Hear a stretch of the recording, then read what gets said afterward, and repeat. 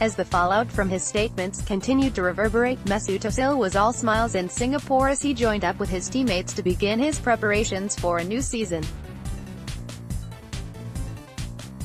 Such is the seriousness of what he said, you might imagine he'd be downcast and introspective, but bearing in mind we can only read so much into photographs in a somewhat stage-managed environment, he didn't look like someone feeling the weight of the world on his shoulders. And it's fair to say that his body language is such that if he did feel that way, it'd be pretty obvious. So, without trivializing anything he said, perhaps there's an upside for him to have got all this off his chest. It's unlikely that this is all simply based on the events just before the World Cup and during the tournament itself. You suspect it's something that has been festering at a low level for some time, and his decision to confront it head-on might well have been cathartic in some way.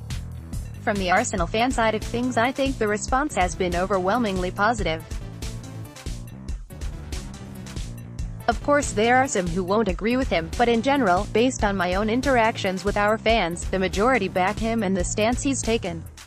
It's not easy to speak out against racism and discrimination, especially at an institutional level like the DFB, and I think there might be more difficult days to come for him. This isn't something that's going to get swept under the carpet in a day or two, and we can see how much it's annoyed some people in Germany. The pathetic reaction of Bayern Munich president Uli Hoeneß is a perfect illustration of how people can let personal animus obscure the main point. As he labeled Ozil "crap" and took glee in his departure from the national side, those of us with half a brain saw an old white guy absolutely miss the point when it came to the fundamental message in the statements.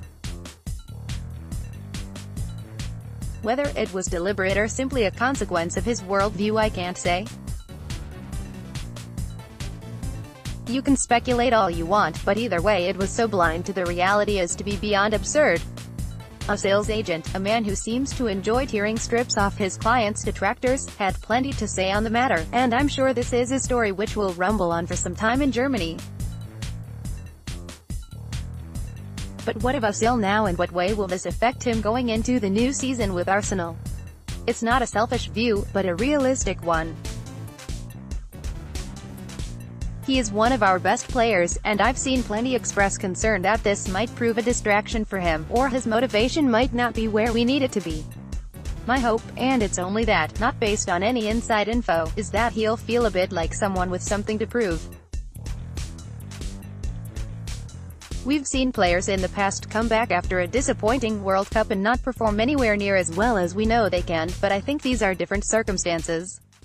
He must have known that by lighting this fire with his departure from the national side, he'd be illuminated by its flames in both the short and long term.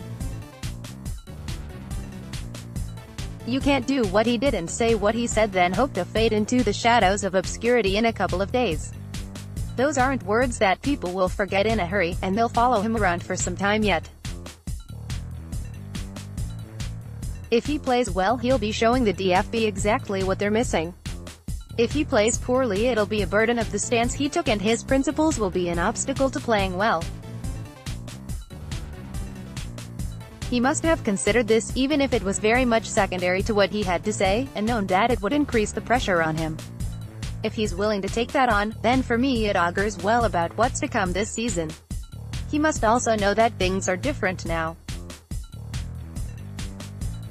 He doesn't have the cushion of Arsene Wenger anymore, a man who loved him as a footballer but also allowed him more leeway than he should have been given at times. As we've said before, some players need a bit more love than others, but if you're all carrot and no stick, then it can have a negative effect. Not just on the player himself, but the rest of the squad who see someone as receiving special treatment. I don't think Unai Emery can possibly allow anything like that to happen. He has to stamp his authority on the squad, prove that it is a meritocracy, that there's discipline but also fairness, and maybe it's just me with rose-tinted glasses on, but I can't help feel that Ozil might well benefit from someone taking a slightly harder line with him. This idea that he just coasts through his career and that he doesn't care rings false for me. I'm not going to get into the stuff about body language and how his style of play makes it look that way, because we've heard it all before. Nevertheless, I can't be alone in thinking that we could get more out of him, and I hope that Emery, a new season, and a sense that he has to show the world again what Mesut Ozil can do will enable that to happen, and if it does, our chances of achieving what we need to achieve will be better. Beyond that, not much else happening, but as the tour continues in Singapore and the games begin, we should hear from the new boss, the players, etc., so that should be interesting. Also, the Ivan Gazidis to AC Milan stuff continues to rumble on. It's mostly from the Italian side and not something that the English press have yet to run with, but it's gathering a bit of pace.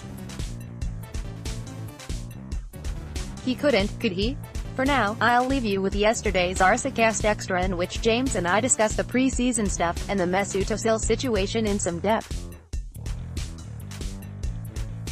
Check it out below. Download iTunes, Acast, RSS.